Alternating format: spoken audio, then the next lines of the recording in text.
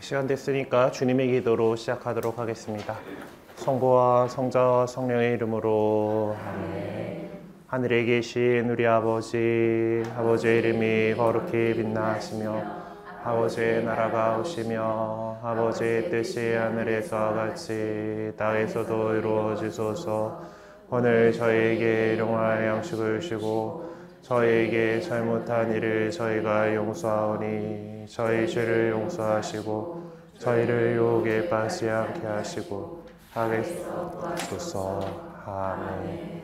성부와 성자와 성령의 이름으로 아멘. 한 주간 잘 지내셨습니까? 네. 그래, 지난주에 시간이 조금 넘어갈 것 같아가지고 끊었더니 한 장 남았더라고요.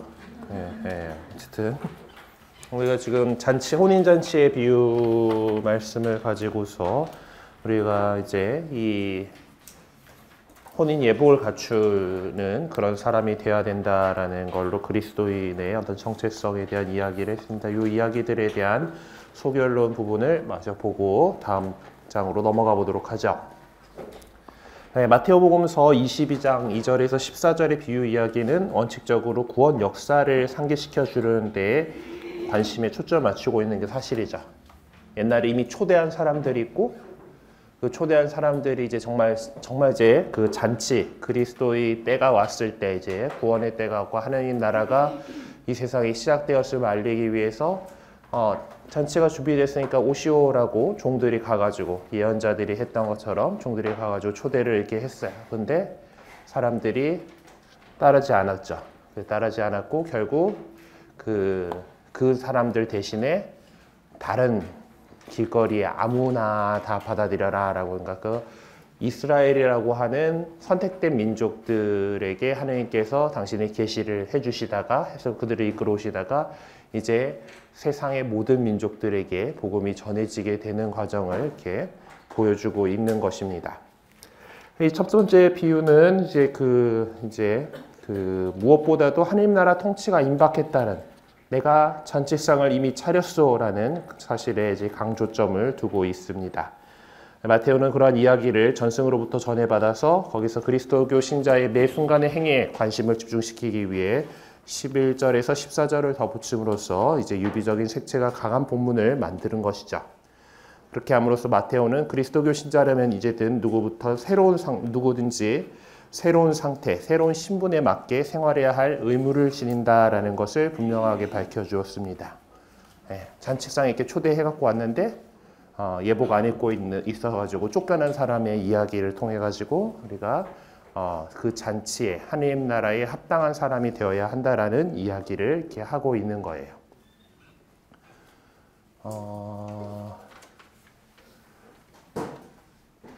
저 자매님 혹시 성서 모짜리 들으러 오신 거예요? 아니면은 그 옆에 그 살레시오의 성소 오신 거예요? 미사 오신 건 몇 방이에요? 네. 지금, 네.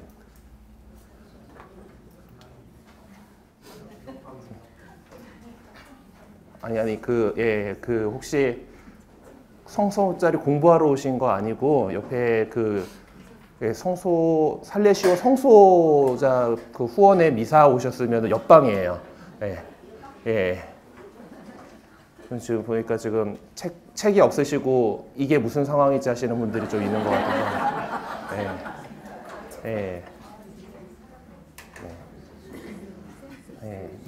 미사는 옆방입니다. 네. 못 뵀던 분들이 좀 이렇게 오셔갖고 그래요. 어디까지 했지? 어쨌든 우리가 그리스도교 신자라면은 새로운 상태에 맞는 그런 생활을 해야 된다라는 거.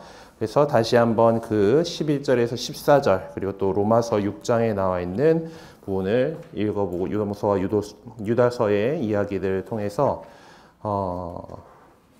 우리 혼인 예복도 갖추지 않고 이야기는 봤으니까 로마서 한번 읽어봅시다. 그렇다면 우리가 무엇이라고 말해야 합니까? 은총이 많아지도록 우리가 계속 죄 안에 머물러 있어야 합니까? 그렇다면 우리가 무엇이라고 말해야 합니까? 우리가 율법 아래 있지 않고 은총 아래 있으니 죄를 지어도 좋습니까? 결코 그렇지 않습니다. 그래서 그 로마서에 통해서 우리가 이제 그 율법의 지배하에 있지 않다라는 걸 가지고 완전히 풀어진 생활하는 사람들에게 경종을 울리는 그런 이 말씀이 있고요. 유다서 보죠. 몇몇 사람이 몰래 숨어 들어왔기 때문입니다. 이러한 심판을 받도록 이미 오래전에 기록된 불경한 자들입니다. 그들은 우리 하느님의 은총을 방탕한 생활의 방편으로 악용하고 우리의 유일한 주인이시며 주님이신 예수 그리스도를 부인합니다. 라고 그리스도 교회 안에 이렇게 들어온 사람들 가운데 이렇게 잘못한 그런 행동을 하고 있는 사람들에 대한 경고를 이렇게 하고 있는 거죠. 그리스도교 신자가 되면 어떤 신분을 갖게 되는 것인가? 예. 우리가 죄인이라는 거, 부족한 존재라는 거를 너무나 잘 알고 있습니다. 하지만은 하나님께서 당신 외아들을 우리에게 보내주셔서 그분께서 십자가의 제사와 그리고 부활로서 우리 품위를 다시 들어높여 주신 거죠. 그렇게 해서 속량이라는 말 지난번에도 강조해 드렸습니다는 값을 치르고 사온다라는 거예요. 값을 치르고 사서 양민이 되게 해준다라는 거예요.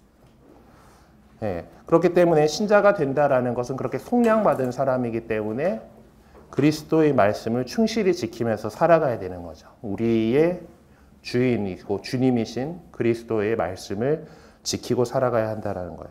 그래서 그리스도의 말씀을 충실히 지키고 살아갈 때만이 그리스도교 신자로서의 정체성을 살아갈 수가 있는 것이다라는 거예요. 그래서 여기 지난 시간에 우리가 살펴보았던 비유 이야기는 믿는 사람으로서의 충실성을 다시 한번 상기시켜주는 예수님의 가르침이라고 할 수가 있겠습니다. 자, 그래서 또 이제 또 다른 비유 말씀들을 한번 또 보도록 하지요.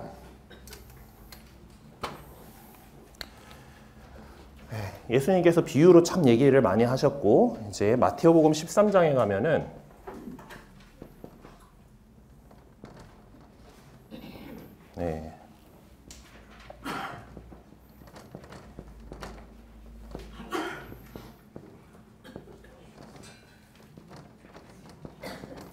비유로 된 담화문이라서 여러 가지 비유들이 나옵니다. 자, 이렇게 본문들이 이렇게 본문이 쭉 제시가 되어 있죠. 씨 뿌리는 사람의 비유가 있고, 그리고 그 비유에 대해서 제자들에게 이제 왜 이렇게 비유로 말씀하십니까? 라는 그거에 대해서 그 이유를 얘기를 해주시고, 그리고 씨 뿌리는 사람의 비유에 대해서 이제 제자들에게는 설명을 해주시죠.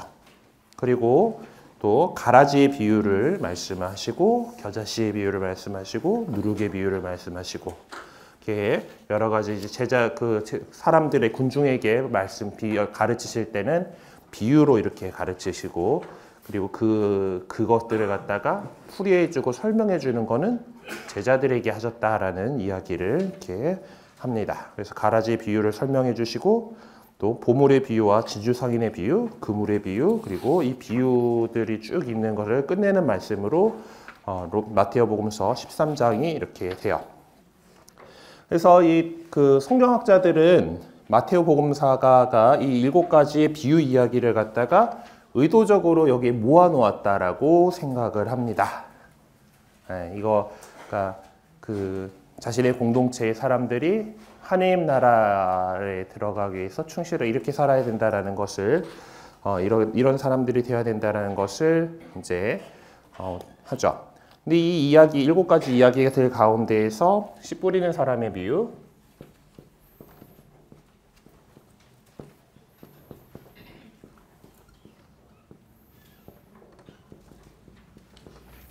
그리고 겨자씨의 비유,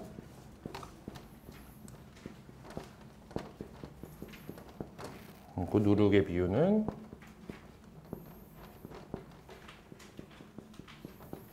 요거는 이제 마테오복음만 있는 것이 아니라 마르코나 루카에도 나와요.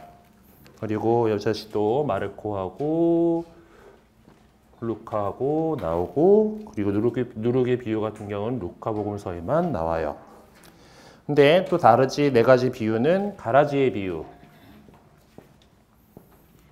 가라지 같은 경우는 마테오온이고, 보물의 비유, 그리고 진주상인,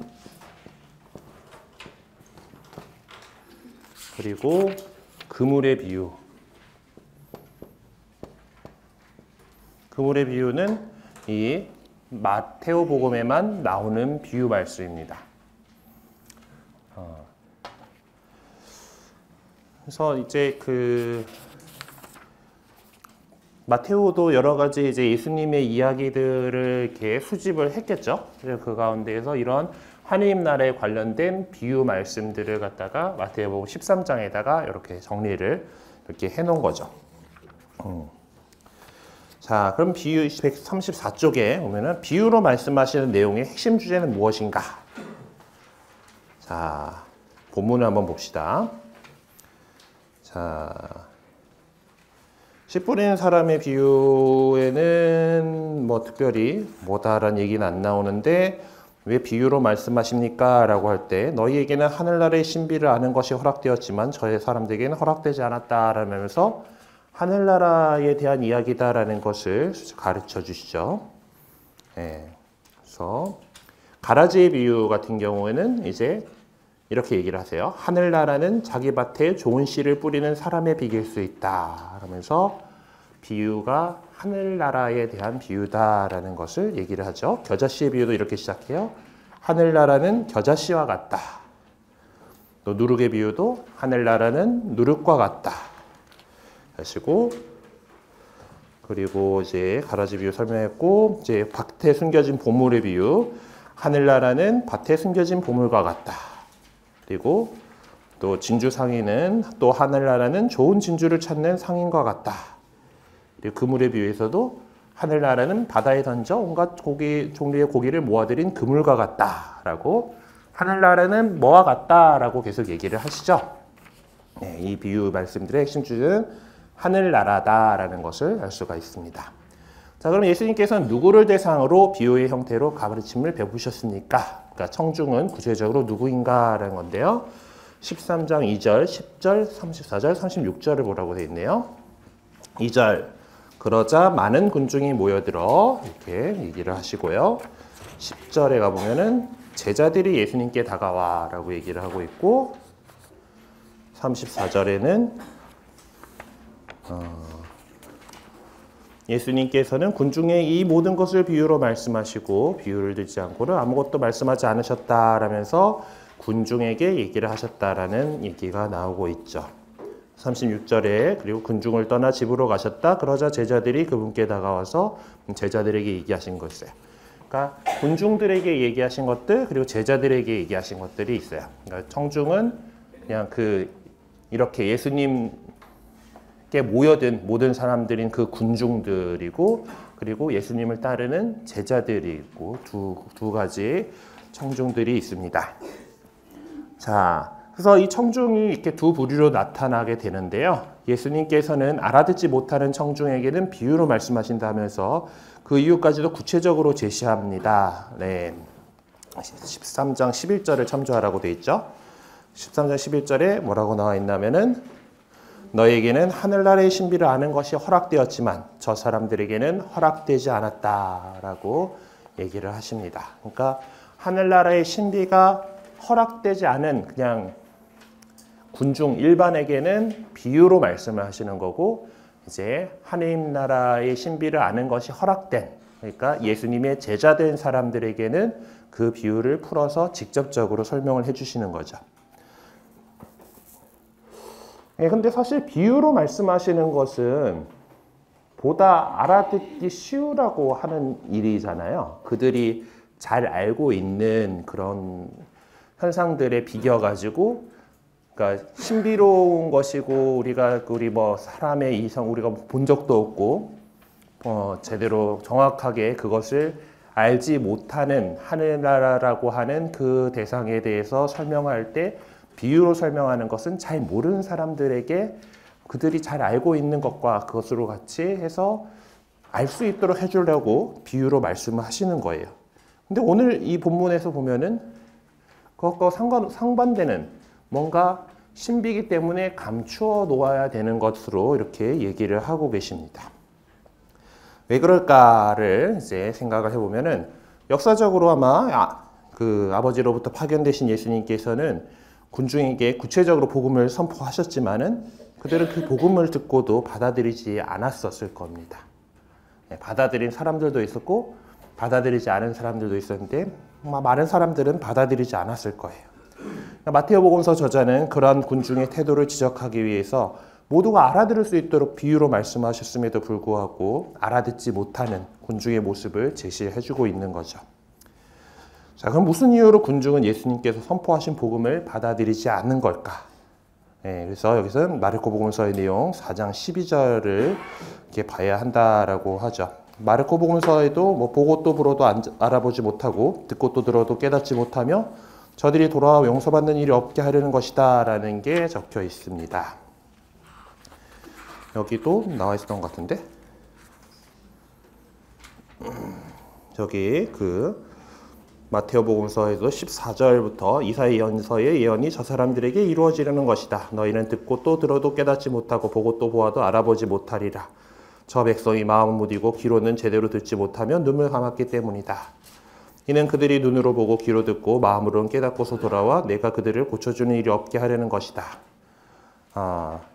마테오복음서가는 그래도 이사야 예언서의 그 말씀을 상당히 비슷하게 제대로 이제 인용을 해놨어요. 근데 이제 마르코 복음서 같은 경우는 유대인 타르구 내용을 가지고서 이렇게 인용을 했다라고 주석 성경에 주석이 달려 있던데 약간 조금 다르죠. 그러니까 듣고 또 들어도 깨닫지 못하고 보고 또 보아도 알아보지 못하리라가 이사야서의 순서긴 해요. 너희는 듣고 또 들어라. 그러나 깨닫지는 마라. 너희는 보고 또 보아라. 그러나 깨치지는 마라. 하고 이렇게 진행이 되는데 마르코 복음서에는 보고 또 보아도 알아보지 못하고 듣고 또 들어도 깨닫지 못하여 저들이 돌아와 용서받는 일이 없게 하려는 것이다 라고 그렇게 조금 순서가 섞여 있긴 합니다만은 어쨌든 이사야 예언자가 얘기한 대로 그런 군중들이 이렇게 그 말씀을 거부하고 있다라는 것을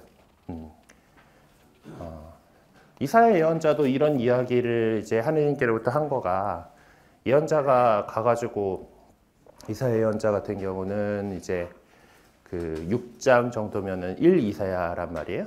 그러니까 우리 입문 때의 그것을 떠올려 보면은 아직 유배가기 직전에 막 이제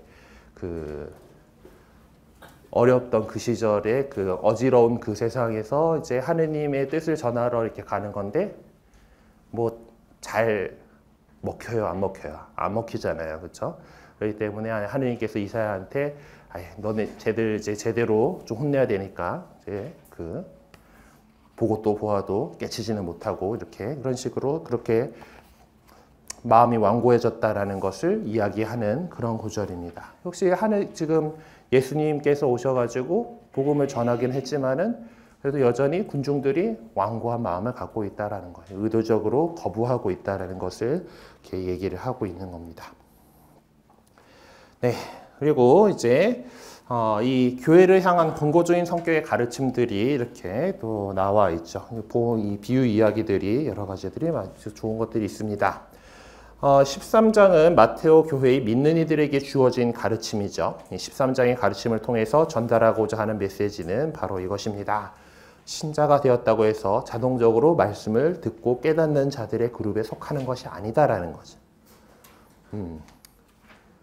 우리가 이렇게 시간을 내고 정성을 들여가지고 성경 공부를 하는 이유죠. 신자가 되었다고 다 이렇게 모든 것이 쫙 이렇게 싹 변해가지고 그냥 말씀이 다 그러면 척척 알아듣고 하면 얼마나 좋겠어요. 그렇죠?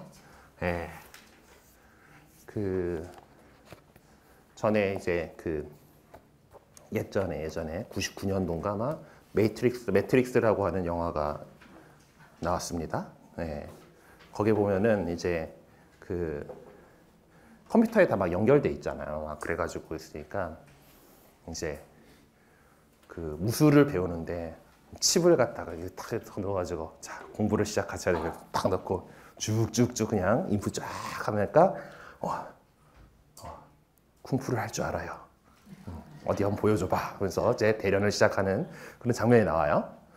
그렇게 머릿속에다 바로 착착착 입력을 해주면은 얼마나 좋겠어요. 근데 우리는 그렇지 않죠. 우리 인간은 그렇지 않기 때문에 공부를 해야 되는 거고, 이제 막 그 성서 공부의 중요 필요성에 대해서 이제 이야기를 할 때 그 영화 이야기를 늘 꺼내 쓰는데, 그거 보면은 이제 쿵푸를 할 줄 알아요라고 했잖아요. 쿵푸. 쿵푸는 한자로 쓰면은 그냥 공부입니다. 공부하는 거예요. 네.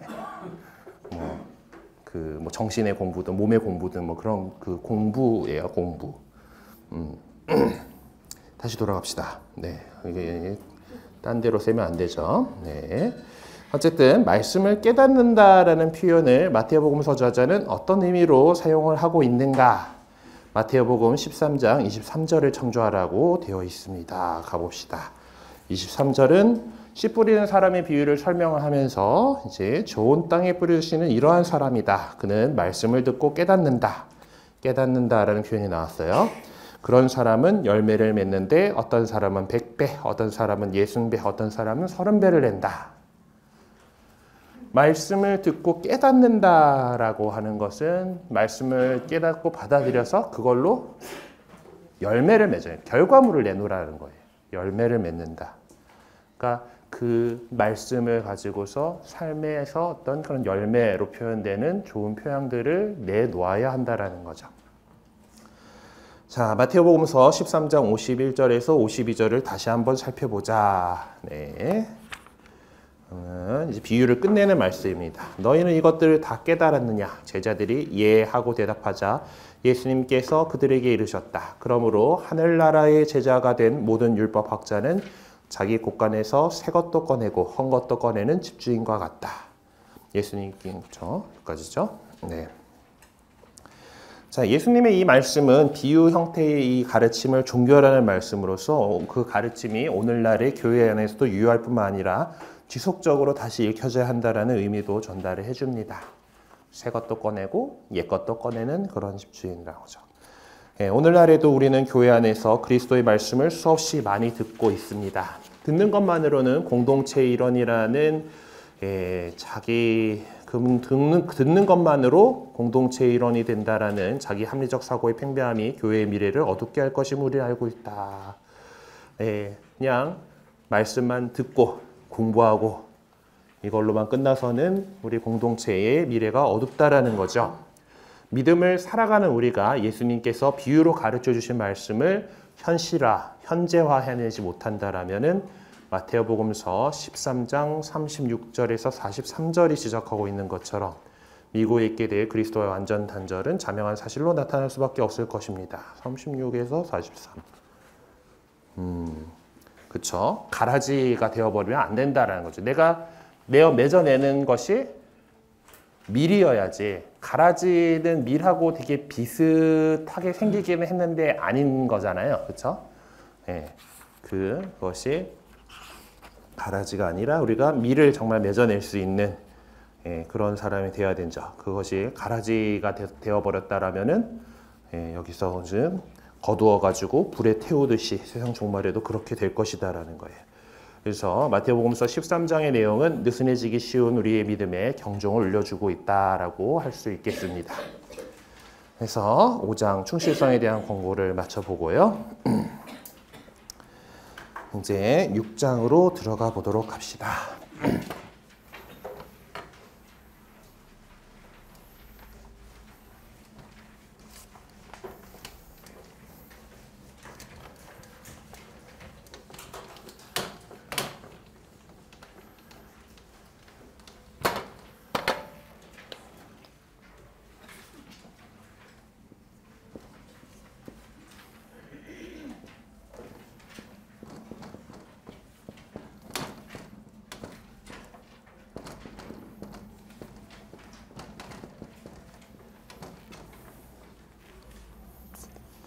네, 이제 전례적인 이야기를 해 나가게 됩니다.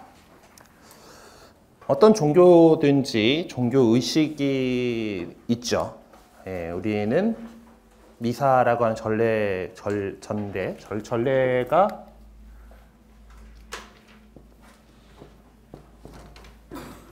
전례라고 하는 것은 하느님 백성의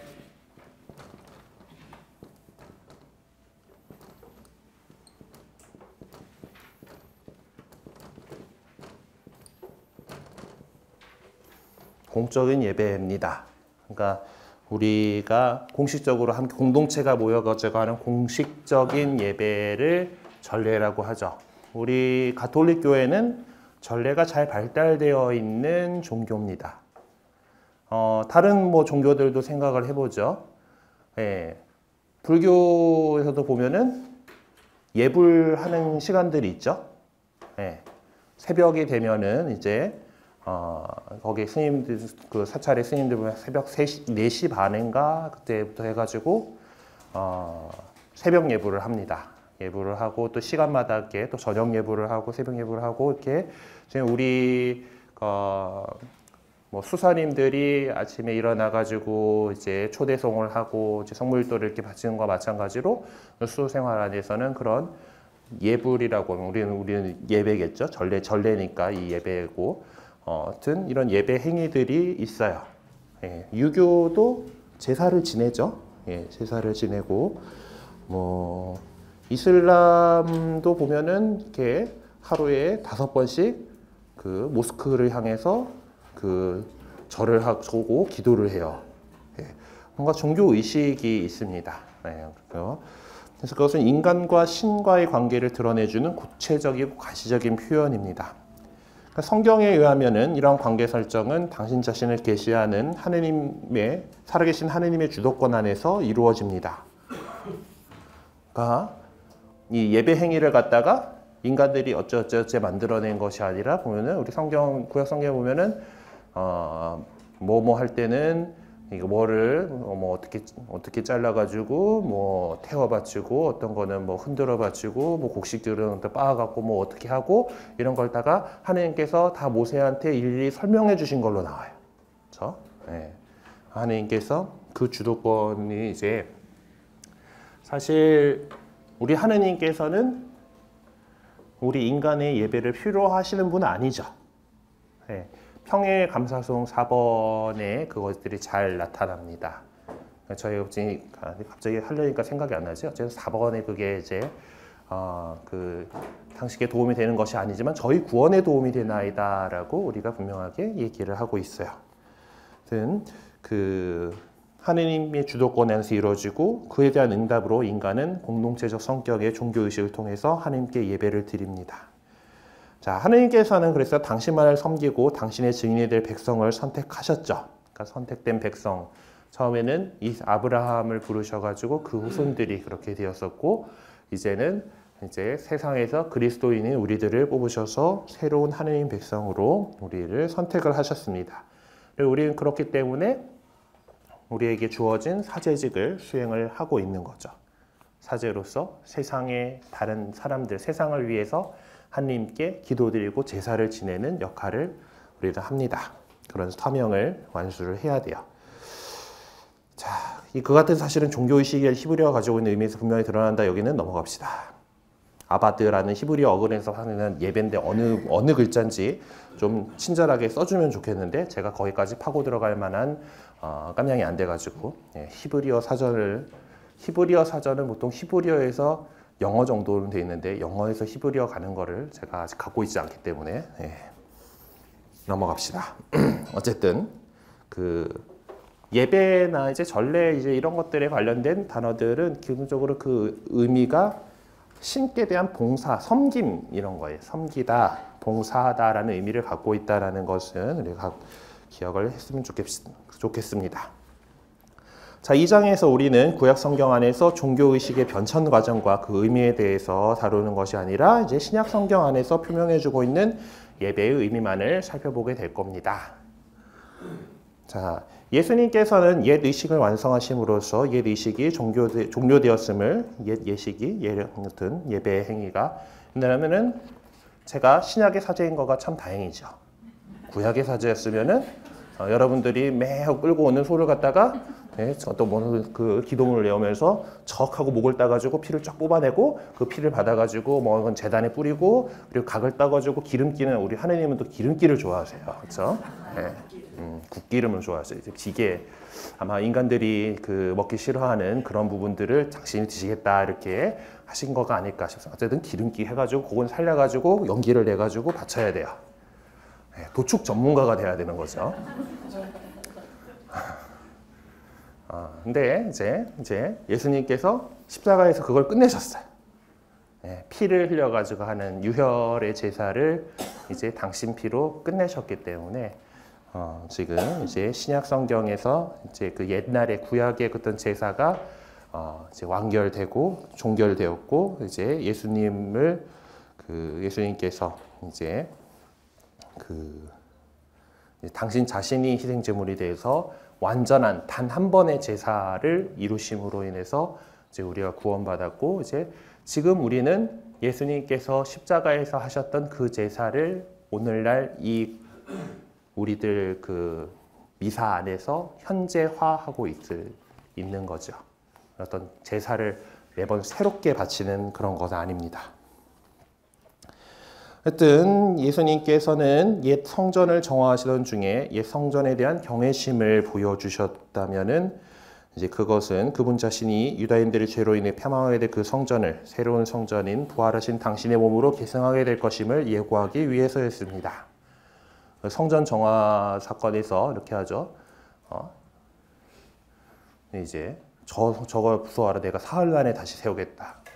46해나 걸쳐서 지었는데 당신이 무슨 수로 사흘 만에 이렇게 하겠다는 말이요. 막 이렇게. 근데 나중에 제자들이 보니까 당신 몸을 두고 하신 말씀이구나라는 그런 얘기를 하죠. 어쨌든 이렇게 예루살렘 성전에서의 예배 행위 의식은 끝을 맺게 되었습니다. 예수님께서는 참으로 세상의 죄를 없애시고 당신의 살과 피에 동참한 이들에게 영원한 생명을 통교하기 시작하셨기 때문에 이제 그분 안에서 새로운 의식, 예배 행위가 시작된 것이죠. 예수님께서는 최후 만찬 때 성찬례를 제정하셨고 그것을 계속해 나가도록 명하셨습니다. 우리가 다음 주 이 주 중에 이제 성주간을 지내면서 이것들을 거행을 하게 되겠죠. 파스카 성삼위를 우리 준비를 하고 있습니다. 이러한 예수 그리스도의 명을 받들어서 교회 공동체는 그분께서 제정하신 새로운 종교 의식으로서의 성찬례를 중단 없이 거행해 오고 있습니다. 실질적으로 종교 의식이란 전례 거행의 행위로서 모든 신앙 공동체가 행하는 근본적인 활동에 속하는 것이죠. 그리고 우리 요한 바오로 2세 교황님께서도 강조하셨듯이 교회는 성체성사로 산다. 예수님께서 말해주신 이 성찬례를 통해서 우리가 교회의 모든 활동이 그것이 중심이 된다라는 것을 우리 교회는 늘 강조해 오고 있습니다. 모든 사람들에게 예수 그리스도에 관한 기쁜 소식, 그 복음을 선포하는 일, 우리를 불러주신 분이 거룩하신 것처럼 우리의 모든 행위에 있어 거룩한 사람이 되려는 모습을 늘 간직하며 살아가는 일, 새 영세자들에게 예수 그리스도께 대한 굳건한 믿음으로 살아가도록 계속해서 심도 있는 교리 교육을 행하는 일, 또 서로가 믿음 안에서 흔들림 없이 생활해 가도록 격려하고 고무하는 일, 교회 공동체 구성원이 세속의 사상적 조류에 흔들림 없이 굳건한 믿음으로 살아가도록 권고하고 교육하는 일 등 이러한 모든 일들이 교회 공동체 안에서 절대적으로 필요하다라는 것을 부인할 사람은 아무도 없죠. 그런 그 모든 것 앞에 전제되는 행위가 있으니 바로 기도와 믿음을 표명하는 전례 거행입니다. 그런 의미에서 종교의식이란 교회 공동체가 펼쳐나가는 활동 가운데 으뜸가는 활동에 속한다라고 할 수가 있죠. 함께 모여서 함께 하나님께 기도드리고 제사를 드린다. 이것이 우리 모든 활동들 가운데 중심이다라는 거예요. 자, 그럼 어디에 모였느냐? 예루살렘의 그리스도교 신자들 중에는 이제 아직 그때까지는 성전이 아직 있었으니까 보면 우리 초대교회 이제 얘기하면서 오순절 때도 뭐 그러고 이제 초대교회 신자들은 예루살렘 성전에 갔었죠.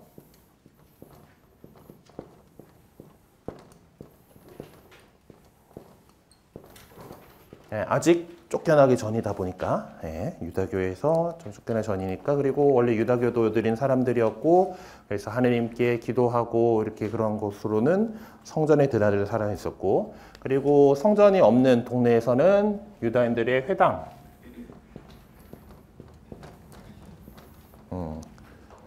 지역마다 또 유다인들이 이렇게 함께 이제 안식일에 이제 말씀을 듣고 하느님께 경배를 드리기 위해 가지고 모이던 회당이 있었어요. 그리고 사도행전 2장 46절이나 5장 42절에서 지적하듯이 그들은 이 집 저 집 돌아가면서 모임을 갖기도 했습니다. 집. 예, 신약 성경에는 그러한 신자들의 모임에 대해서 여러 번 언급을 해주죠. 그런가 하면 그리스도교 신자들이 모여서 종교의식을 거행했던 장소에 대해서 구체적으로 언급하고 있는 내용도 신약 성경 안에는 쉽게 찾아볼 수가 있습니다. 사도행전 12장 12절에는 마르코라고도 하는 요한의 어머니 마리아의 집이 있고 여기는 예루살렘에 있었어요. 필레몬서에 보면은 필레몬의 집에 모이는 교회 공동체에게 이렇게 편지를 보낸 것이죠. 콜로세에 있는 필레몬의 집. 그리고 콜로세서에서는 라우디케아에 있는 림파의 집이 보이고 코린토전서에서 보면은 에페소에 있는 아킬라 프리스카의 집에서 이렇게 모인 것들, 그리고 로마서에 보면은 그 가이오스 온 교회의 집주인인 가이오스, 장소는 코린토라고 이렇게 볼 수가 있습니다. 하여튼 처음부터 우리 교회가 성당을 따로 짓지는 못했죠. 예. 성당은 조금 이제 후세의 일이에요. 그렇죠? 이제 지나간 이 일이고, 그리고 성당을 지을 수 있는 것은 보통 박해받지 않는 지역에서 성당을 지을 수가 있죠. 우리도 예전에 박해 시대 때는 어디서 모였겠어요? 집이 큰 사람이 이제 공간을 내준 거죠. 네, 동네에서 집이 큰 사람이 있고, 그리고 어느서 그러면 그렇게 모이는 집이 대충 그 집 주인이 공소 회장님이 되시는 거고, 이렇게 신자들 이렇게 관리하고 이렇게 돼서 그냥 거기가 공소가 되기도 하고 이렇게 됐었습니다. 나중에 좀 그 박해가 이제 약해지고 하면은 정말 공소로서 건물을 짓기도 했고 성당을 짓게 되는 거죠. 그러니까 공동체가 모일 수 있는 공간이 필요해요. 언제든. 지금 우리도 교구가 그 명동성당이 이런 공간을 마련을 해놨기 때문에 모여서 이렇게 공부를 할 수가 있는 거죠. 네, 각 본당에서도 본당이라는 건물, 성당 건물이 있기 때문에 신자들이 그 본당에 소속된 신자들이 모여가지고 미사를 할 수 있고, 뭐 단체 회합을 할 수 있고, 교리 공부를 할 수 있고, 이렇게 해서 공동체가 모이는 공간들이 이렇게 필요했습니다.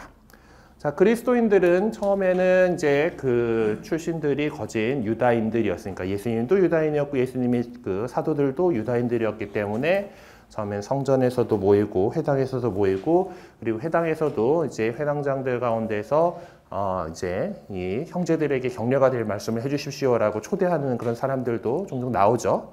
네, 하여튼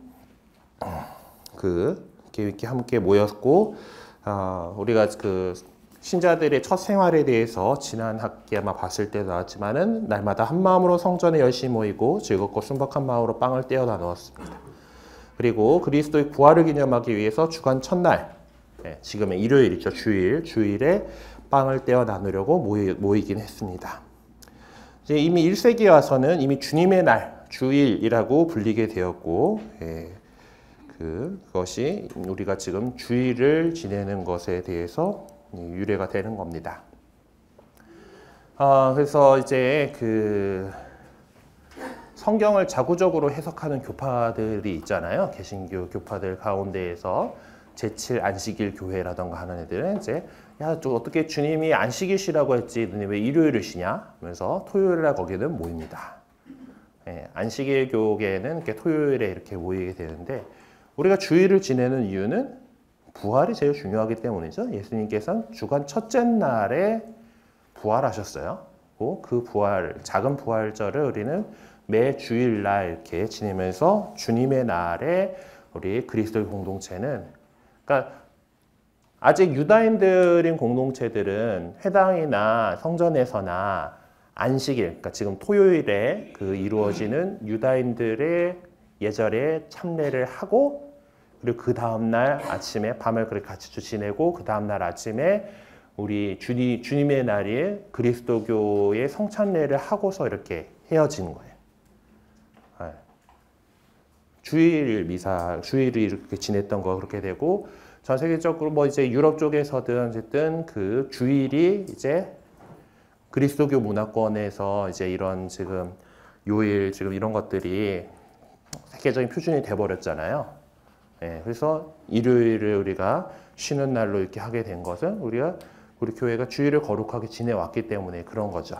다시 또 뭐 거꾸로 다시 뭐 토요일로 이렇게 돌아갈 이유는 딱히 없을 겁니다.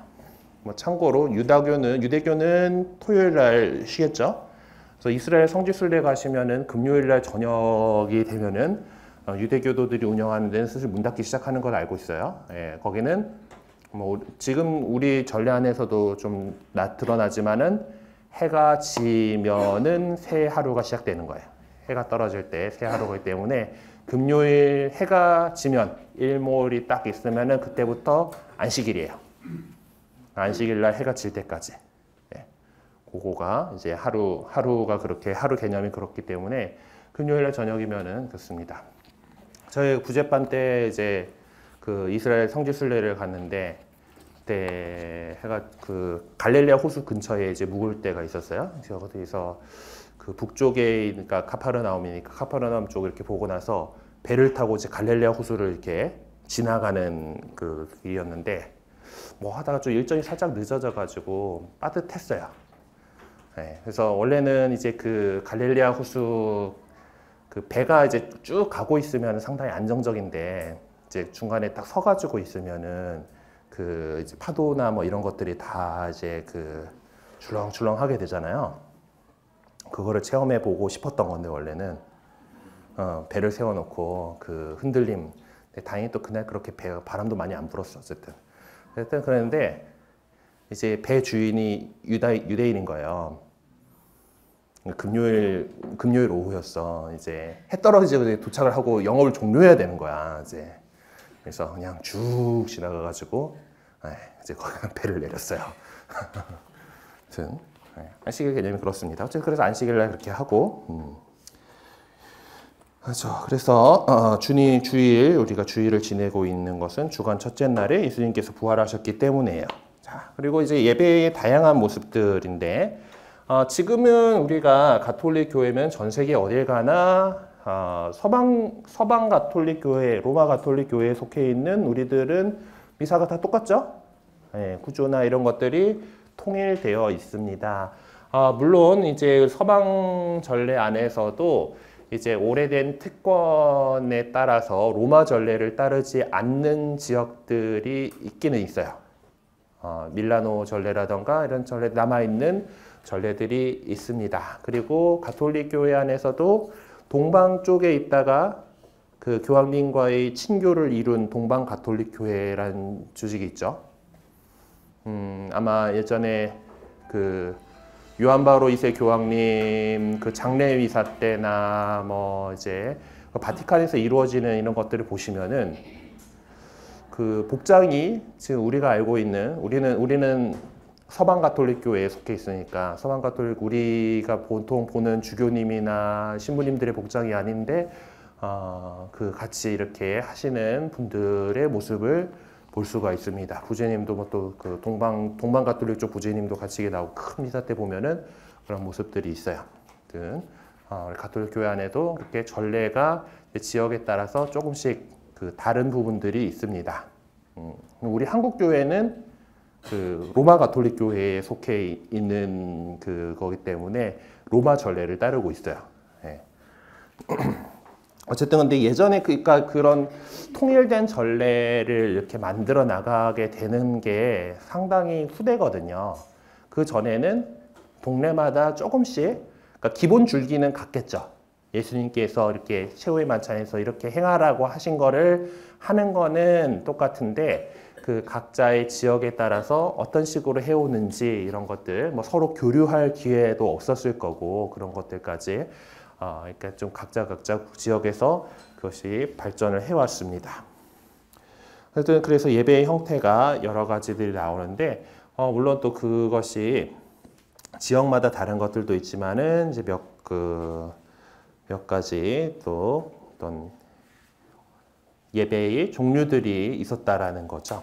그래서 그들은 이제 사도행전의 요약에 해당하는 지난번 지난 학기 때 배웠던 것들을 떠올려 보면은 가르침에 대해서 듣는 것, 그들의 가르침을 듣고 그리고 서로 도와주고 친교하고 빵을 떼어 나누고 기도했다라는 그런 것들 여러 가지 일들이 이렇게 공동체가 했던 전례 안에 여러 의식들이 있었다라는 것을 볼 수가 있습니다.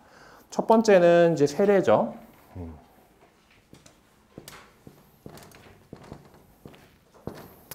세례는 그리스도 공동체 안에 받아들이는 의식으로 회개의 표현이고 신앙생활에 대한 인호이다. 신앙 행위에 대한 인호이다.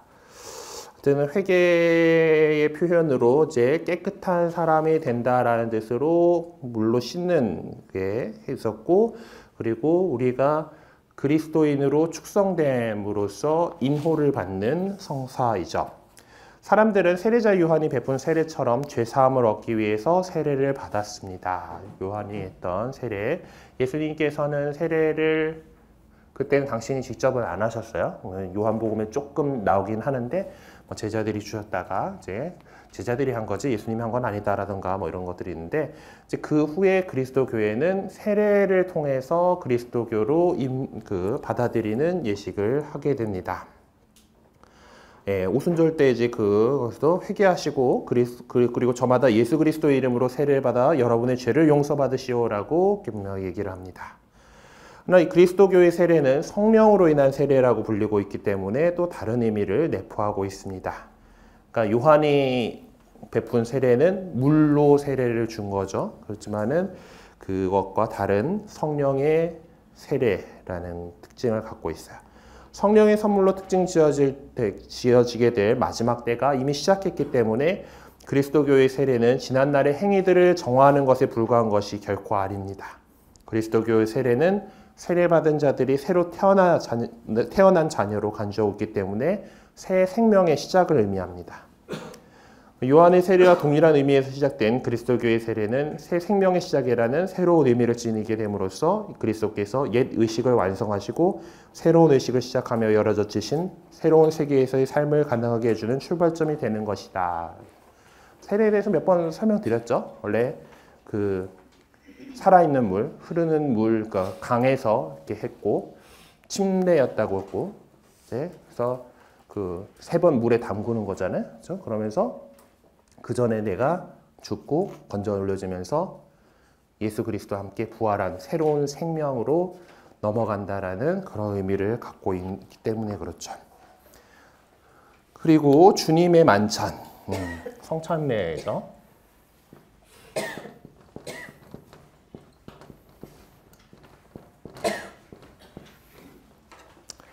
성찬례는 공동체 구성원들을 하나로 모으는 구심점 역할을 합니다. 우리 지금도 마찬가지죠. 우리가 매주일 또 매일의 미사에 참여함으로써 우리가 그리스도인이다라는 것, 그리고 한 식구가 되잖아요. 그렇죠? 같은 빵을 나누어 먹는 것으로 이제 그죠. 성찬례는 공동체 구성을 하나로 모으는 구심점 역할을 하고요. 성찬례는 은총에 감사하는 행위로 연결됩니다. 그래서 성찬 제정이 있는 그 기도 있죠. 주님께서 여러분과 함께 또한 사제와 함께 마음을 높이 주님께 올립니다를 시작하는 그 기도문을 우리가 감사 기도라고 얘기를 하는 거예요. 그래서 이것을 은총에 감사하는 행위죠. 예수님께서 우리를 위해서 이렇게 당신 스스로를 내어주셔가지고 우리를 이렇게 자유롭게 해주셨다는 거, 영원한 생명을 얻게 해주셨고 구원해 주셨다는 사실에 대해서 감사하는. 그래서 우리 그것들을 우리는 여기 이 부분을 갖다가 특별히 우리 감사기도라고 표현을 하고, 우리나라 성공회 같은 경우는 미사 자체를 이렇게 표현하죠. 감사성찬례라고 표현합니다.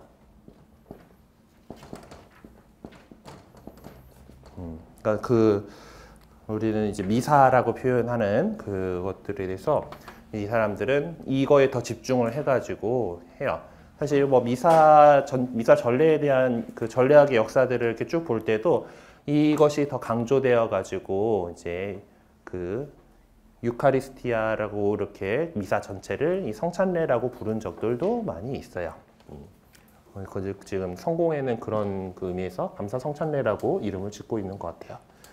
아무튼 감사를 하는 기도입니다.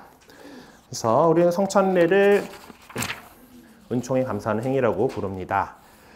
사도 바울은 성찬례를 주님의 만찬이라고 부르고 있지만 루카는 빵을 뗀다라는 표현을 더 즐겨 사용하고 있습니다. 코린토전서 11장 23절에서 25절에 따르면 빵을 떼는 행위에는 일반적인 식사도 동반되었던 것으로 보입니다. 그 부자들은 많이 갖고 와가지고 먼저 취하고 막 이런 얘기 나오는 걸 보건대 성찬과 함께 애찬이라고 불리는 같이 밥 먹는 거가 이렇게 되었죠. 주님의 만찬에 관한 문제를 다룰 때 반드시 지적해야 할 점은 그것을 거야하면서 단지 주님의 몸과 피인 빵과 포도주를 나누는 데 그쳤던 것이 아니다라는 점이죠. 주님의 만찬은 공동체에 속한 가난한 사람들과 과부들이 음식을 줄 수 있는 식사이기도 했습니다. 그렇지만 사도행전 6장 1절에서 6절에 보면은 과부들에게 매일 배급하는 문제를 놓고 공동체 안에 갈등이 야기되었다는 사실도 상세하게 전해주고 있습니다. 그리고 사도 바울은 코린토전서 11장 21절에서 볼 수 있듯이 코린토 신자들이 주님의 만찬을 거행하기 위해 한자리에 모였을 때 굶주리는 사람이 있는가 하면 술에 취한 사람도 있었다는 사실을 지적하면서 이 교회의 불공평한 상황에 대해서 강하게 질책하고 있습니다. 그러니까 사도 바울은 가난한 형제들과 음식을 나눠 먹지 않는 것은 곧 주님의 몸이 의미하는 바를 깨닫지 못하고 먹고 마시는 행위로 간주했습니다. 그러한 근거로서 바오로는 빵이 그리스도의 몸이라고 한다면 교회 공동체 역시 그와 같다는 점을 내세우고 있습니다. 여러분은 그리스도의 몸이고 한 사람 한 사람이 그 지체입니다. 사도행전 6장이 전해주는 과부들에게 음식을 배급하는 행위는 유다인 공동체 안에서 이미 실천되어 왔던 일이죠. 유다인들은 회당에서 마을에 사는 가난한 사람들에게 오늘날 식전에 먹는 숙보에 해당하는 음식을 매일같이 나누어 주었고 매주 한 번은 양식을 나누어 주곤 하였다고 합니다. 지금 우리 역시 교회 공동체 안에서 불우이웃을 위한 헌금이나 기타 헌금 행위를 하고 그리고 또 본당 재정의 일부를 가지고 지역 본당 안에 있는 어려운 이웃들을 돕는 데 사용하도록 그렇게 하고 있죠. 이것은 유다인들이나 초대교회 공동체가 했던 그 일들을 지금도 계속해서 계승해 오고 있는 것입니다. 그래서 이제 특별히 이제 성목요일 날 주님 만찬 미사에 보면은 헌금을 하죠. 주님 만찬 미사의 헌금은 이렇게 가난한 이들을 위한 사랑의 나눔으로서 헌금을 하고, 요 헌금할 때에 이제 성가대가 부르는 노래가 오비 카리타스라고 해서 참사랑 있는 곳에 하느님 계시네라는 노래를 이렇게 하게 됩니다. 그래서 우리가 가난한 이웃을 돌보는 일이 바로 참사랑의 이고 그렇게 공동체가 서로 돕고 사는 곳에 하느님께서 계시다라는 것을 우리 얘기를 하고 있어요. 헌금 나왔으니까 말인데 성금요일날 이제 주님 순환 예절에도 또 헌금을 하죠. 이때는 예루살렘 성지를 위한 헌금이에요. 예루살렘에서 이제 이때 모인 돈은 이제 예루살렘에 살고 있는 가톨릭 신자들을 돕는 데 사용이 돼요. 이스라엘에 있고 그곳에는 여러 이제 그리스도교 교파 및 이슬람에서 다 예루살렘은 다 유대교에게도 중요한 도시고 우리 그리스도교에게도 중요한 도시고 이슬람에게도 중요한 도시예요. 그래서 서로 이렇게 많이 경쟁을 하고 있고 아무래도 이스라엘이다 보니까 주류는 이제 유대교도들이 주류이고 성지에서 근데 살고 있는 생활을 하고 있는 가톨릭 신자들이 그러니까 그쪽에도 본당들이 있어요. 단순히 성지로서 사람들이 순례하는 그런 곳만이 아니라 그곳에서 살면서 이제 그리스도교 신앙을 살아가는 사람들이 있어야 되는 게 중요해요. 그런데 안타깝게도 그곳에 살고 있는 가톨릭 신자들은 그 안에서 주류가 아니기 때문에 대단히 힘든 생활을 하고 있습니다. 그래서 전 세계 교회가 계속해서 돕고 있고 그것을 위해서 성금요일 날 헌금을 하고 있어요. 그리고 요거는 이제 우리가 봐왔겠지만은 계속 했었나 어제는 모르겠는데 사도 바오로도 보면은 그 당시부터도 예루살렘이 썩 그렇게 여유롭지 않았기 때문에, 부족했기 때문에 예루살렘 성도들을 위한 헌금을 해가지고 이제 전달하는 그런 이야기들이 바오로 사도의 서간들에 보면 곳곳에서 나옵니다. 네, 지금 계속 하고 있는 거예요. 자, 그리고 이제 중에 만찬이 있었고 죄의 고백이 있어요.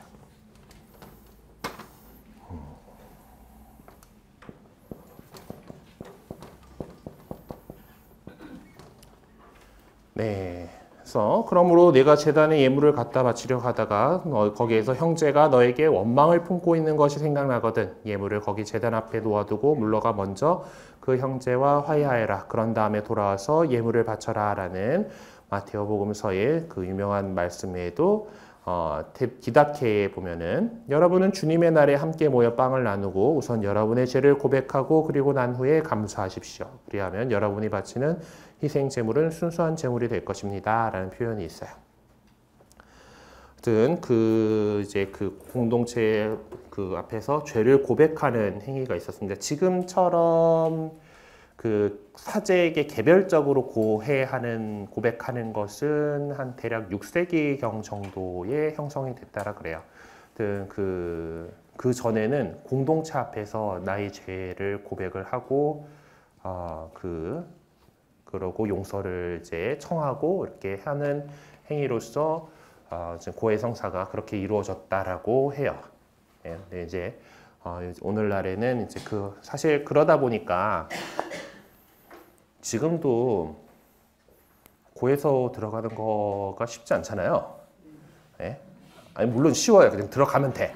가가지고 고백하면 되는데 사람들이 많이 부담을 느끼잖아요, 그렇죠?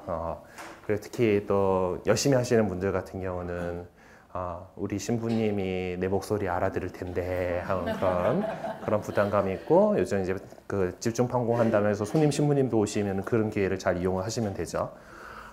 어쨌든 그렇게 지금 개별적으로 내 죄를 고백하는 것도 되게 부담스러운 일인데 옛날에는 공동체 앞에서 형제들 제가 이런 잘못을 저질렀습니다. 용서해 주십시오. 이렇게 했단 말이에요. 더 이제 힘든 일이죠. 그리고 요새야 보속을 갖다가 무슨 기도하세요. 뭐 착한 일 몇 번 하세요. 이렇게 할 만한 보속을 드리잖아요. 근데 예전에는 또 보석도 세게 주고 막 그랬단 말이에요. 이제 뭐 유럽에 있는 사람한테 성지순례를 하고 오시오라든가 예루살렘 찍고 와야 되는 거거든. 이제 막 그러니까 이제 그 고해성사를 있는 대로 늦추고 세례성사를 있는 대로 늦추는 경향들이 나타나기도 했어요. 그러다가 이제 죽기 직전에 고해성사하고 보석은 못한 거지만은 어쨌든 뭐 훔쳐주시겠지 뭐 하면서 이렇게 종부성사 개념이 보통 그렇게 잡혀갔었는데 지금 우리 교회 가르치는 그게 아니죠. 언제든지 내가 필요하다라면은 고해성사를 하고 사제들도 고해성사를 들어줄 준비가 돼 있기 위해서 그래서 이제 우리 교구 같은 경우는 명동성당에 상설고해소 있잖아요. 월요일 같은 경우는 뭐 신부님, 수녀님들을 위해서만이긴 하지만은 그렇게 상설고해소도 곳곳에다가 이제 마련을 하고 신자들이 자주 고해성사를 하도록 이렇게 하고 있습니다. 네, 그리고 보면은 또 죄의 고백에다가 이거를 해놨는데 어떤 형제적인 친교를 온전하게 하기 위해서 우리가 서로 이제 거룩한 입맞춤으로 서로 인사곤했다라는 초대교회 실천 행위에 대해서도 전해주고 있습니다. 뭐 그 지역 사람들은 뭐 이렇게 거룩한 입맞춤이라 가지고 뭐 그냥 뭐 유럽 쪽에도 보면은 이렇게 그 키스가 이렇게 뭐 가벼운 볼터치라든가 뭐 이런 것들은 그냥 인사죠. 예. 우리는 좀 되게 왠지 큰일 날 것 같은 그런 거잖아요. 이게 뺨을 이렇게 뭐 맞댄다던가 하는 정도의 그거는 가벼운 포옹 같은 거는 그냥 인사예요. 예. 그래서 지금 그런 것들은 오늘날에 이제 영성체하기 직전에 우리가 함께하게 되는 평화의 인사와 같은 그런 의미를 할 수 있겠습니다. 그리고 중요한 것이 말씀전례죠.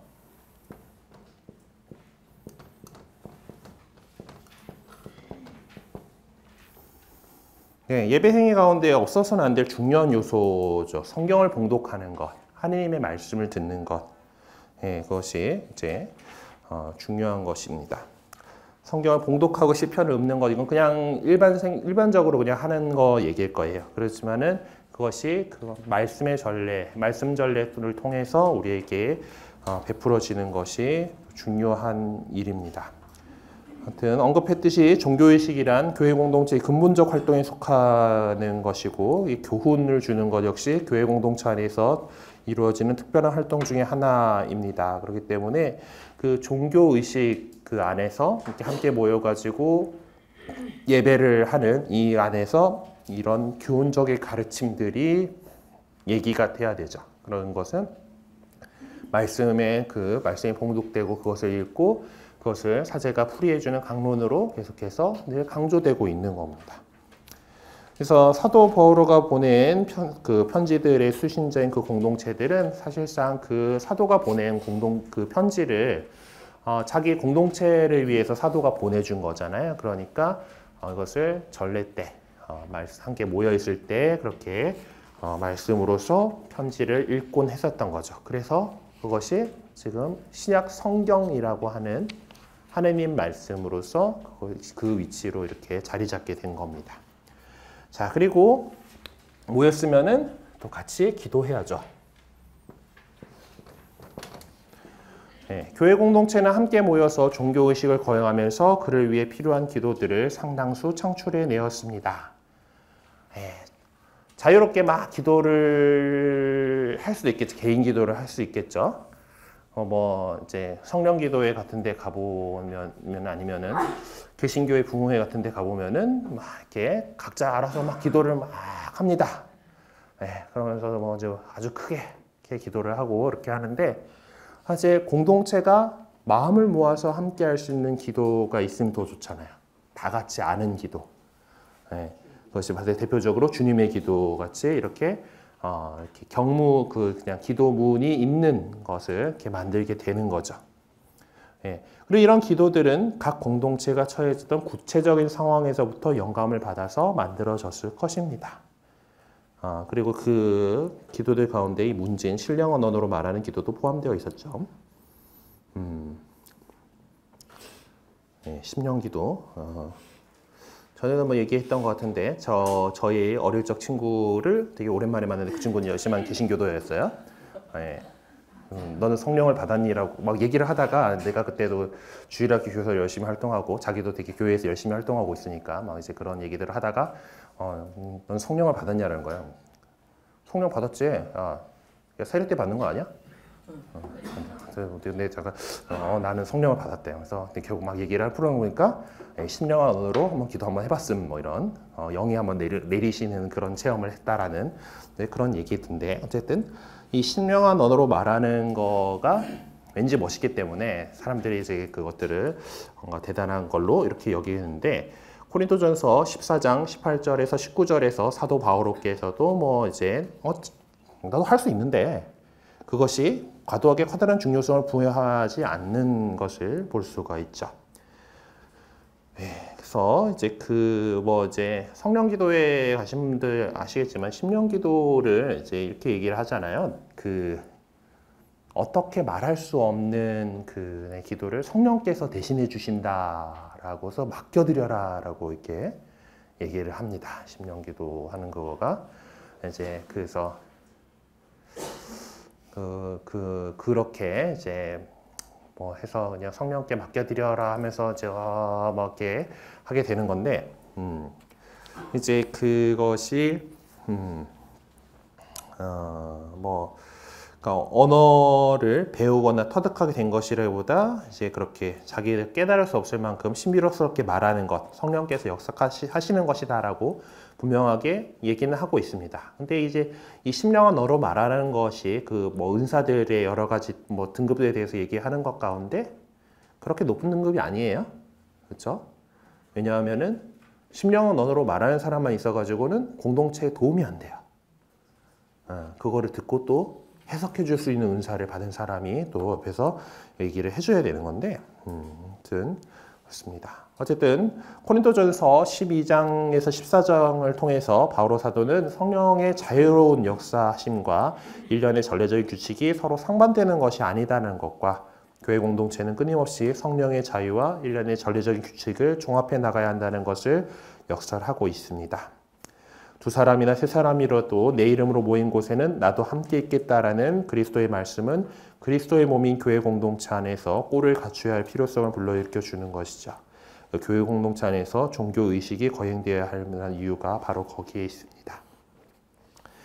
자, 그래서 이제 이런 전례들을 여러 가지 전례들을 교회 공동체는 이제 모여서 함께 했습니다. 세례식도 있었고 주님의 만찬이 있었고 계획 고백 말씀을 듣는 것 그리고 함께 기도하는 것들이 이렇게 있었는데 그것이 이제 성경 안에 어떤 것들이 나와 있는가들을 한번 살펴보도록 합시다. 지금 우리가 성경의 형성에 대해서 이제 살펴보고 있는 건데요. 그러니까 교회가 먼저 생겼고 그 성경이라고 하는 말씀은 지금 생겨나가고 있는 과정이죠.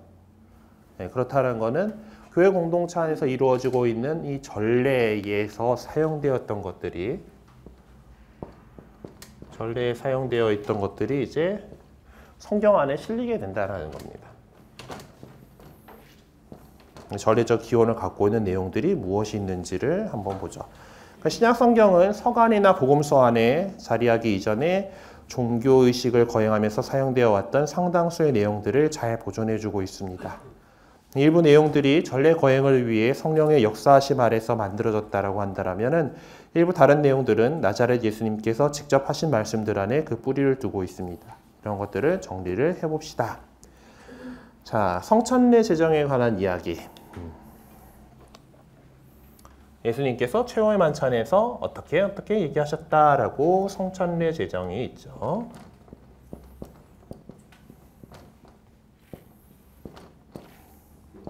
요거는 이제 마테오복음에 나오고 마르코복음에도 나오고 루카복음에도 나오고 요한복음에는 성찬례를 하신 건 안 나오고 세종례 얘기로 넘어가 버리기 때문에 거기는 안 나오고 그리고 코린토전서에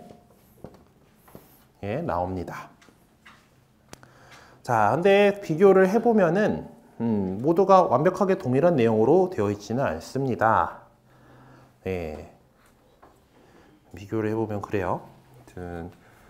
복음서에 나오는 내용하고 코린토전서가 전해주는 내용하고 조금 결이 다릅니다. 그리고 지금 우리가 사용하고 있는 미사의 전례문하고 가장 가까운 것은 코린토전서가 전해주는 내용이에요. 어쨌든 내용이 있고 그리고 주님의 기도도 이제 또는 마테오하고 루카하고 이렇게 두 군데의 주님의 기도가 나오죠. 그런데 오늘날 우리가 하고 있는 주님의 기도는 마테오복음서가 전해주고 있는 주님의 기도하고 내용이 같습니다. 루카복음서에는 그러니까 주님의 기도는 7개의 청원으로 구성되잖아요. 네, 근데 마테오복음서는 그게 다 나오는데 루카복음서는 6가지만 나옵니다. 그래서 이제 그 성서학자들은 주님께서 얘기하신 거는 루카복음의 내용이 더 가깝지 않을까. 왜냐하면 이 사람들은 보통 이렇게 생각을 하죠. 군더더기가 더 붙은 건 후대에 더 붙었을 가능성이 높다. 보통 이렇게 중요한 것은 빼먹지는 않을 건데 뭐 살을 붙이려는 경향이 있죠. 그러면은 여러 가지 이제 이 그 문헌 소스들이 있다라면은 성서학자들이 보통 이제 원본이라고 판단하는 것은 보다 깔끔한 것을 원본이라고 판단합니다. 네, 원본에 더 가깝다라고 봐요. 왜냐하면 이제 예수님께서 하신 이 중요한 말씀인데 옮겨 적으면서 하나라도 빼먹으려고는 안 했을 거란 말이에요. 덧붙이면 덧붙였지. 그렇기 때문에 제일 깔끔한 거가 원본이다라고 생각을 해서 성서학자들은 루카가 뭐 이렇게 하는데 지금 우리가 전례에 사용하고 있는 거는 마테오복음서의 그런 내용이죠.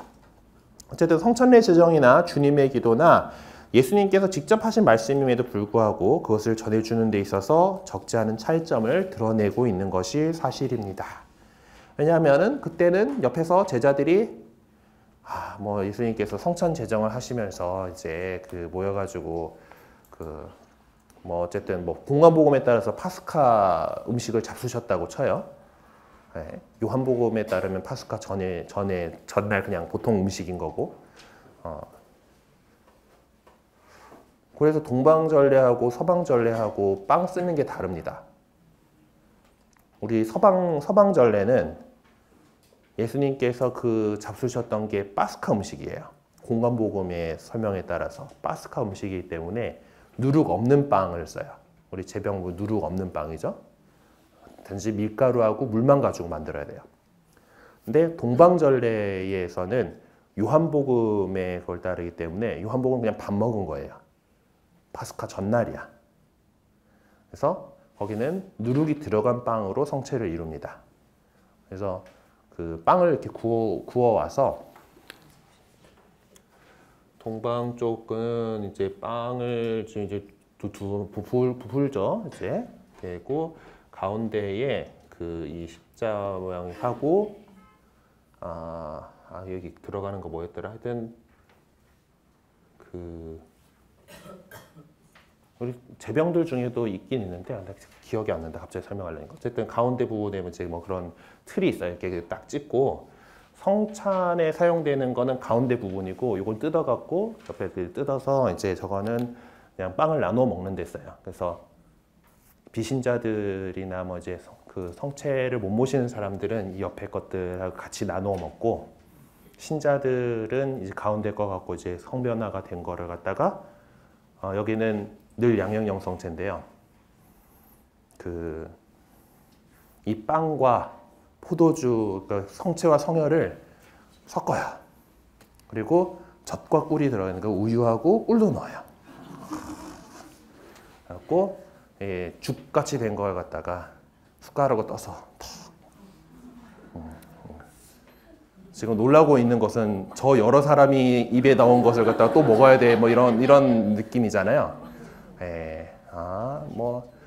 그래서 전염병이라도 옮기면 어떻게 되나 막 이런 걱정들을 하고 계시는데 동방교회 입장은 그런 거 생긴 적 한 번도 없다예요. 네.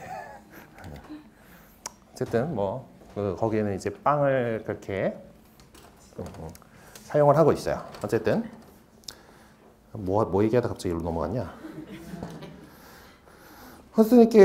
예수님께서 직접 하셨는데 그때 밥 먹고 있었는데 그 옆에서 누군가가 실록 작성하는 뭐라 그래? 그 사관들 서초 작성하는 사람 저 옆에서 막 서기관의 그 속기사의 부서로 막 이렇게 그걸 다 받아 적고 있었던 게 아니잖아요, 그렇죠? 네. 그러니까 제자들의 어떤 기억 속에서 이렇게 있던 것이고 그리고 그걸 따라서 교회 공동체가 전례 안에서 하던 그것들이 다시 예수님께서 하신 말씀으로 이렇게 그 복음서 안에 이렇게 들어가게 된 거죠. 그러니까 전례를 거행하는 가운데에 있었던 그 말씀들이 현재의 모습으로 우리에게 전달되었고 어떤 여러 가지 그 상황들에 따라서 표현 양식들이 좀 다양했었다라는 거예요.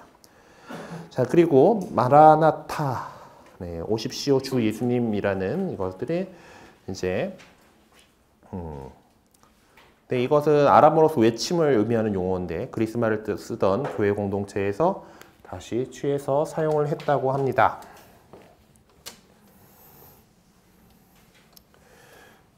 아무튼 묵시록도 요 말로 끝나죠.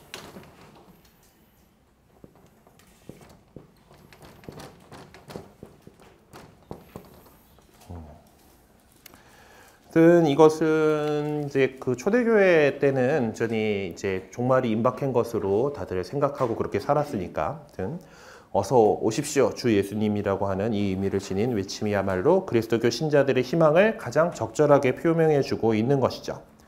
요한묵시록 22장 20절에 보면 그리스도 공동체는 오십시오 주 예수님이라고 외치고 있는데 이는 그리스도와 함께 살아갈 영원한 생명에 대한 갈망을 희망적으로 표현하는 것이라 할 수 있겠습니다. 요한묵시록 22장 21절에서 주 예수님의 은총이 모든 사람과 함께하기를 희구하는 마지막 인사는 믿는 이들을 삶의 현장으로 돌려보내는 의미를 내포하고 있습니다. 이렇게 믿는 사람들이 삶의 현장에서 그리스도께 희망을 두고 살아가는 것은 그들이 또 어떤 어려움도 극복해 나갈 수 있다는 것을 의미하는 것이죠. 이것은 이제 지금 우리에서 이때 미사에스트, 미사가 끝났으니 가서 복음을 전하라 라고 하는 그 말씀의 의미를 우리 삶의 현주소와 연계시켜서 받아들였으면 합니다. 3번 찬미가. 안명철 신부님은 찬가와 찬미가를 구별하지 않고 쓰고 있어요. 찬가예요.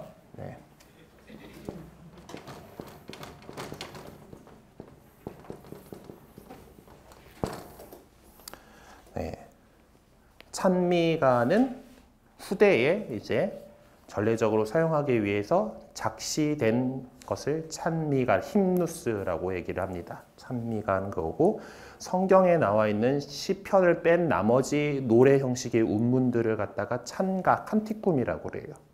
그래서 여기 찬미가라고 적어놓은 거는 찬가예요. 신약 성경 곳곳에서 찬가를 마주치게 되죠. 특히 묵시록에 많은 이제 찬가의 집대성이라고 하실 만큼 많은 분량의 찬가를 수록을 하고 있습니다. 여기 나오는 여러 가지 것들이 나오고 있고요.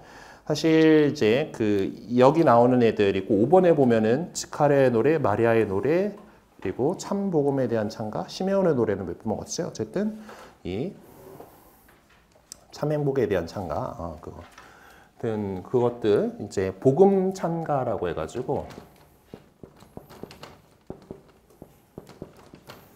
이게 대찬가, 이제 칸티쿰 마니우스 뭐 이렇게 또 표현을 하는데, 복음에 나오는 찬가들이 있어요. 이제 대표적으로 이제 지카리아의 노래는 찬미 받으소서라고 시작하기 때문에 베네딕투스라고 시작을 하기 때문에 얘는 이름이 베네딕투스예요. 이게 지카리아의 노래예요.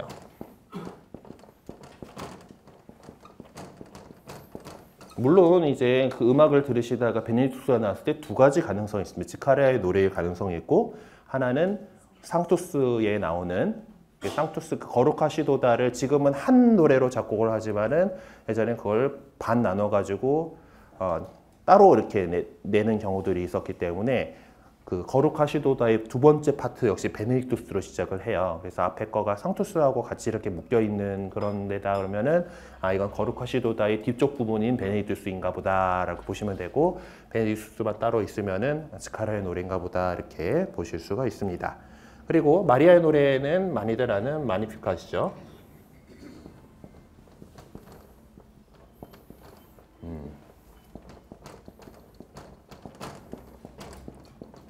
마니아 피캇은 역시 마니피캇 아니마 마니피캇 아니마 메아 도미눔이니까 마니피캇으로 시작을 하니까 내 영혼이 기뻐하며 라는, 그러고서 첫 구절 따가지고 마니피캇이라 얘기를 하고, 그리고 여기는 안 나오긴 했지만은 그 시메온의 노래가 이제 복음 찬가로 있죠.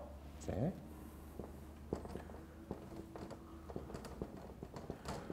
밤 끝기도에 들어가는 것은 얘는 눅크 디미티스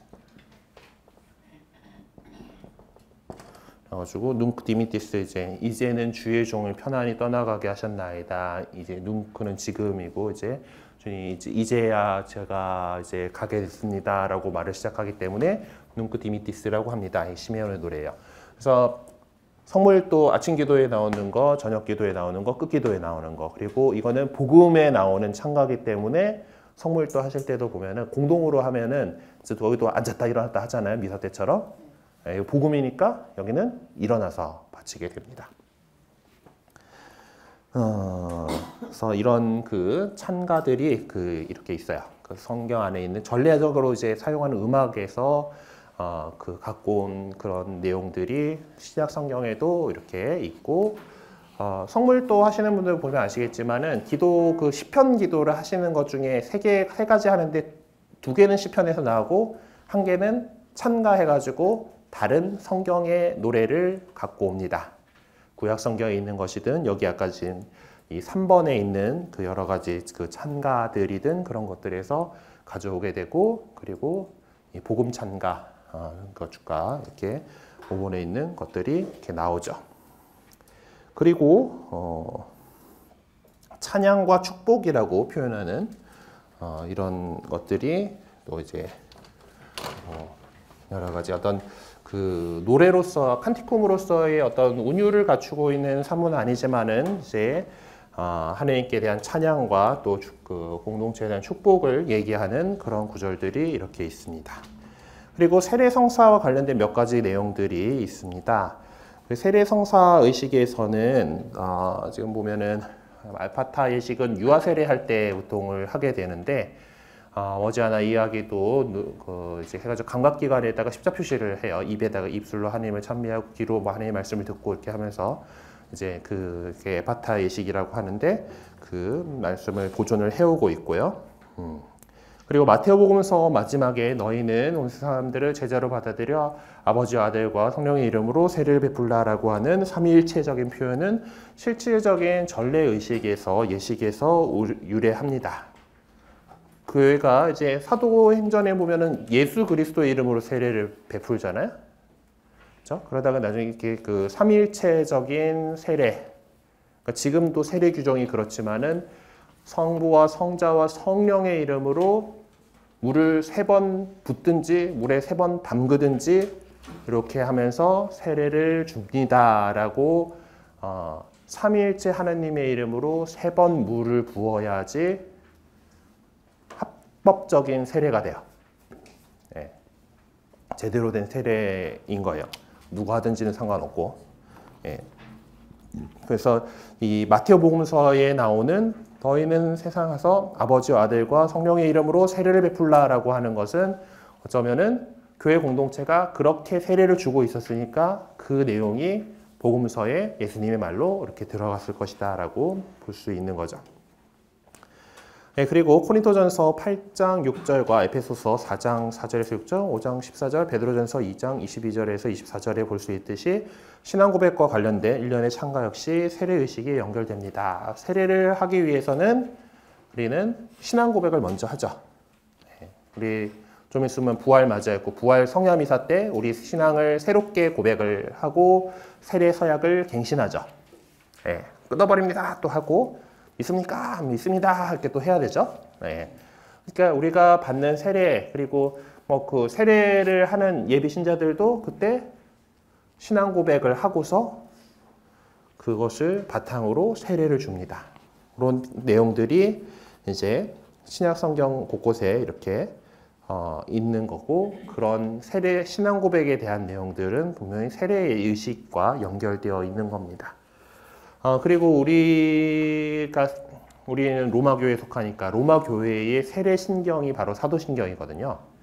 그래서 원래는 미사 때 그 그리스도 교회의 공식적인 신앙 고백문인 그냥 신경, 니케아 콘스탄토폴리스 신경을 해야 되잖아요.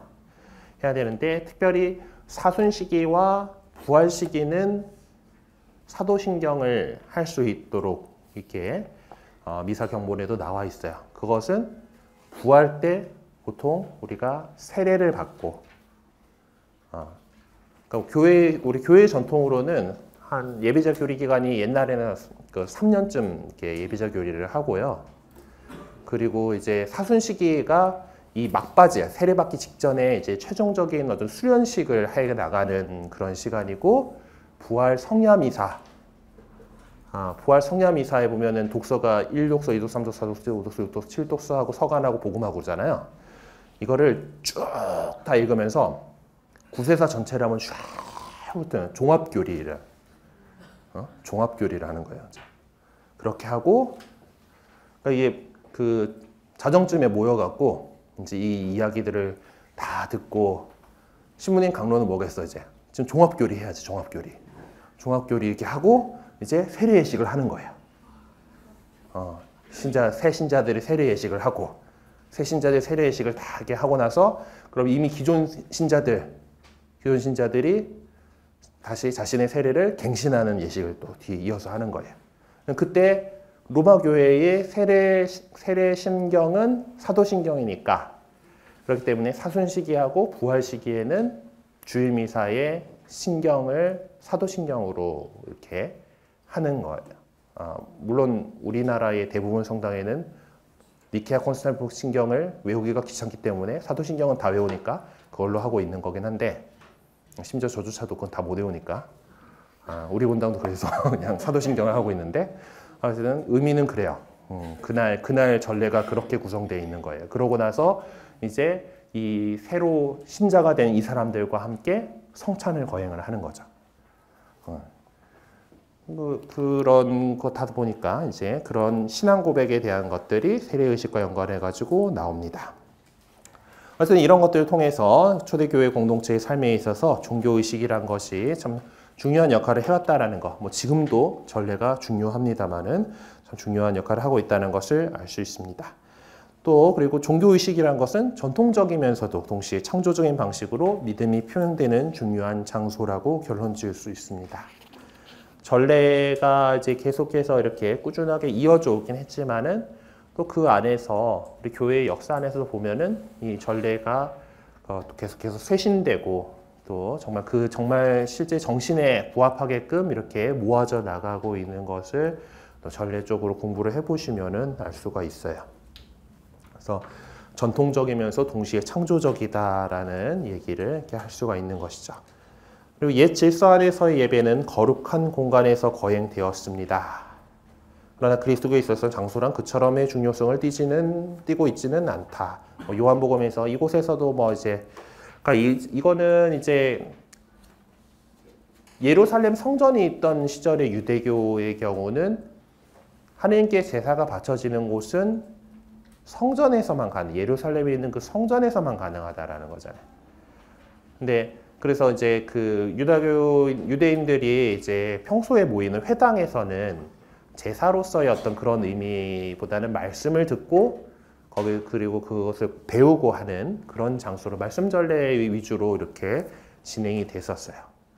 그러니까 정말 실제로 제물을 바치고 그 불사열나서 하느님께 바치고 하는 제사는 예루살렘 성전에서만 이루어졌었습니다. 근데 그것이 아니라 이제 그 예루살렘이라고 하는 공간이 중요한 것이 아니라 이제 신자들이 있는 그곳에서 제사가 이루어질 것이다 라고 이야기를 하는 부분이 요한복음 4장에 나오는 예수님 그 말씀이죠. 근데 율법에서 우리가 벗어났다고 해가지고 막 살았던 사람들에 대한 경고들이 있었잖아요. 그렇죠? 우리가 지난 시간에 이렇게 봤던 것들. 그 마찬가지로 지금 여기 있는 표현 그리스도교에 있어서 장소랑 그처럼의 중요성을 띠고 있지는 않다라고 해가지고 전례가 아무 데서나 거행되면 된다는 아니에요. 기본적으로 전례는 성당에서 거행돼야 되고 성당은 그 전례를 위해서 특별히 지어져서 하느님께 봉헌된 집입니다. 옛날에야 박해 시대 때야 이제 신자들이 모일 그런 것을 지을 수가 없었기 때문에 집에서 이렇게 이제 큰 집에 모여가지고 그렇게 전례를 했다라고 한다라면은 이제 그렇지 않은 세상에서는 전례는 적어도 성당 아니면 경당에서 이루어져야 되는 거예요. 아무 데서나 하는 거는 원래 아니에요. 물론 이제 주일학교 애들하고 캠프를 가가지고 그쪽에서 이제 파견 미사를 거기 강당에서 이렇게 하는 것들 정도는 이렇게 허용이 되지만은 가정에서 사사로이 미사를 하는 것도 금지되어 있는 겁니다. 그러니까 소공동체 구역 미사 이런 거기 때문에 특별히 하는 거예요. 그러니까 원래는 사가에서는 미사를 못 하게 돼 있어요.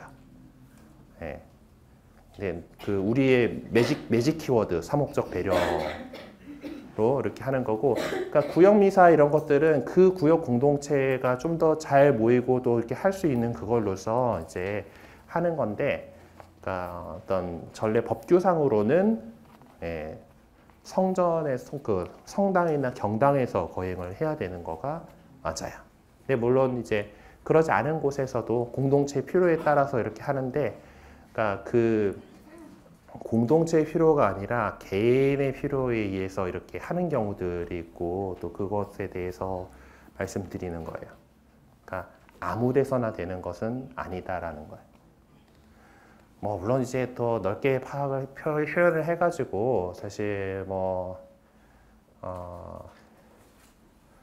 테이야르드 샤르댕 신부님이나 이제 이런 분들의 어떤 글들에 보면은 이제 이 지구가 제대 삼아서 이렇게 뭐 이제 그가지는 그런 미사에 대한 이야기들을 하는 경우도 있는데, 그러니까 이게 또 그게 신학자들 사이에 있는 그런 부분들이 있어요. 전례학자들, 좀 보수적인 전례학자들은 성당과 경당에서만이라고 얘기를 하고 또 그렇지 않다라고 얘기하는 그런 경우들도 있어요. 어쨌든 지금 그러니까 장소가 그처럼 중요성을 띠지는 않다라고 하는 표현에 이제 그래서 아무 데서나 된다라는 얘기는 아니다라는 거죠. 이제 이 예전에 예루살렘에서만 된다, 성도 예루살렘에서만 된다라는 그것에 비해서 어디든지라는 것이지 그냥 그 전례의 장소가 아무 데서나는 아니다라는 그거를 좀 말씀드리고 싶은 거예요. 그리스도교 신자들은 종교의식을 함께 거행하기 위해서 특정한 어떤 시간을 간직해 왔지만은 하나님께 봉헌해야 하는 것이 나날의 삶이다라는 사실을 잘 알고 있었습니다. 그래서 이것이 갖고 있는 전례가 우리 교회 전례는 전례에 해당하는 그 공적인 예배라고 하는 것은 미사가 있고 시간 전례가 있죠. 성물도라고 하는 미사는 이제 그 성찬회를 거행하는 것이고, 시간 전례는 지금 여기 나가는 매 순간의 삶이 예배의 삶이 될 수 있도록 우리가 살아가는 매 순간, 매 시간을 갖다가 거룩하게 하기 위한 것이 시간 전례입니다. 그래서 시간대에 맞춰가지고 아침 기도, 저녁 기도, 뭐 낮 기도, 뭐 이렇게 기도들을 하는 것은, 그래서 개인적으로 바친다 하더라도, 성물도는 개인적으로 바친다 하더라도 그 시간을 거룩하게 하려는 교회의 공적인 예배 행위예요. 예. 물론 이제 수도회 같은 데서는 이제 모여가지고 정말 성당에 모여가지고 제대로 된 전례로서 성물도를 하게 되지만은 저희 같은 재속사제들은 각자 알아서 기도를 해야 되거든요. 그럼에도 불구하고 개인으로 바치는 기도라 하더라도 이것은 공동체의 기도인 전례에 해당합니다. 자, 그래서 이제 우리 위에 열거한 내용들을 좀 더 깊이 연구해야 될 것이고, 이제 다음 시간에 이제 보게 될 세례와 식탁의 문제, 성찬례 제정에 관한 것들, 그리고 주님의 기도에 대해서 이제 살펴보게 될 겁니다. 하여튼 종교적인 모든 예배는 실존을 다해 바치는 내적의 참다운 봉헌의 표현이 되어야 하고 나날의 삶을 구체적으로 봉헌하는 것이 되어야 합니다. 그럴 때 참다운 가치와 의미를 지니게 되는 것이죠. 이러한 의미에서 영적인 예배에 대해서 가르치고 있는 중요한 본문을 이렇게 다음 시간에 살펴보면서 예배에 대한 개념을 잘 이해해 볼 수 있도록 해보겠습니다. 네.